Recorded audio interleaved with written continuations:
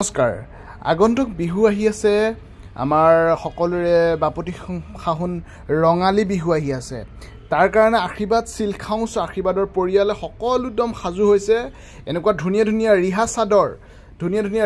ৰিহা চাদৰ লবৰ কাৰণে আপোনালোকে আশীৰ্বাদ সিল্ক হাউস আশীৰ্বাদ সিল্ক এণ্ড জুৱেলছ দুইখন বিপণীলৈ আহিলে আপোনালোকে এভেইলেবল পাব এইবোৰ দেখিছেনে আপোনালোকক এখন মেলি দেখাই দিছোঁ ৰ'ব চাওক ৰিহা চাদৰ ইয়াত আপোনাৰ তো কেছ বসা থাকিব